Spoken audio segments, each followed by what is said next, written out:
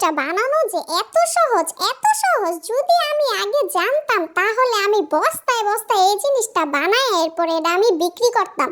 মানে এটা এত সহজ, তাও আমরা এত টাকা দিয়ে এই জিনিসটা কিনাই না খাই।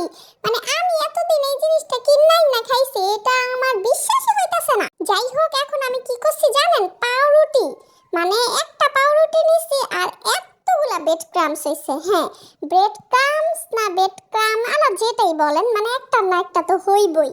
এতগুলা হইছে। প্রথমে কি করছি, পাউরুটির ওই যে সাইডের বিস্কিট বিস্কিট কালারগুলো আছে না, ওগুলা সুন্দর করে কাইটটা আলাদা কইরা নিয়া, সাদাগুলা আলাদা কইরা, আর হইলো ওই যে বিস্কুট কালার যেগুলা, এইখানে আবার আমার পুচকি আবার ধরছে, দেখছেন? আচ্ছা যাই হোক, এটা আপনারা ইগনোর করেন। তো আমি এখানে সাদাগুলা আর ওই বিস্কিট কালারগুলা আলাদা আলাদা কইরা নিছি। এগুলারে সুন্দর কইরা ব্লেন্ডারে আলাদা আলাদা কইরা গুঁড়া কইরা নিতে হইব। এরপরে আর কোনো কাজ নাই, জাস্ট একটা কাজ আছে। আপনারা কি করবেন, এটাকে সুন্দর করে একটা কড়াইয়ে চলে যাবেন।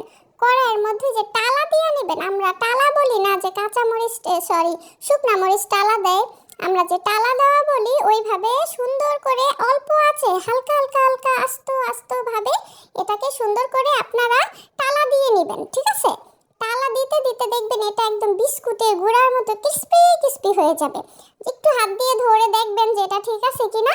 সুন্দর করে দেখবেন যে কি সুন্দর ব্রেড ক্রাম হয় রে বাবা। এটা কেন আমি কেন টাকা দিয়ে কিনছি, কেন আমি বাসায় বানাই নাই, সেটা নিয়ে এখন আফসোস লাগতেছে। দেখেন কি সুন্দর রেডি হয়ে গেছে আমার দুই ধরনের ব্রেড ক্রামস। এটাকে আপনি কালার দিতে পারেন, যে অরেঞ্জ অরেঞ্জ কালার হবে, যেটা দোকানে কিনতে পাওয়া যায়। তো এইভাবে বাসায় বানাবেন, অনেক সাশ্রয়ীও হবে, আপনার অনেক পরিমাণ টাকা বেঁচে যাবে। তাড়াতাড়ি ভিডিওটা লাইক কমেন্ট শেয়ার করে দেন। Tata, bye bye.